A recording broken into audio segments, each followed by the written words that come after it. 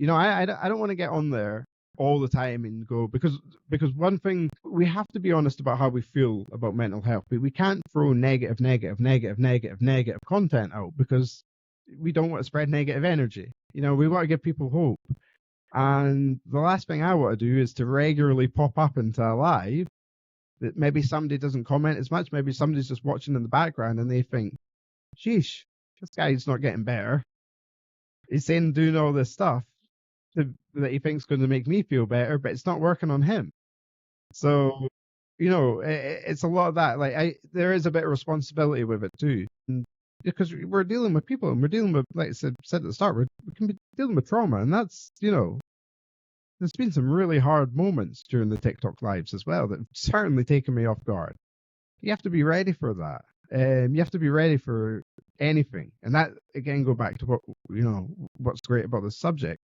You don't know what's behind the door. You log on to a TikTok live.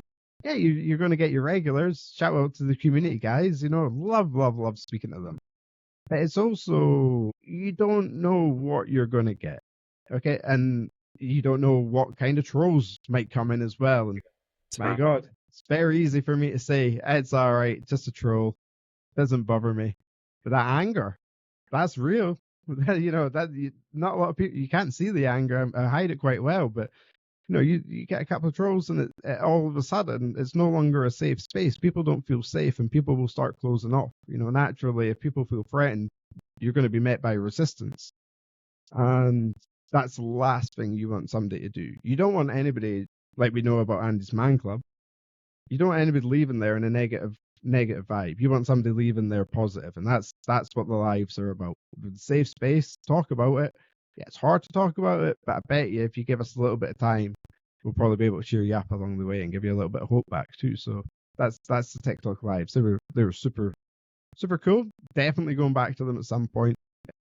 Absolutely. Again, just a little bit of time just now, and just not quite feeling that I can give them all. I feel completely the same.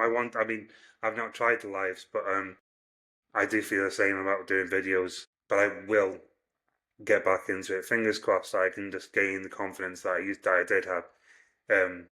I would say the start of losing confidence was losing my mum. Yeah. In April, and then we did a radio show, and then we lost you in 2 episodes. So that was another sort of like a knock with my confidence. Knocked down with my confidence. But look at where you are now. Yeah. Look at where you. I mean, you're doing amazing.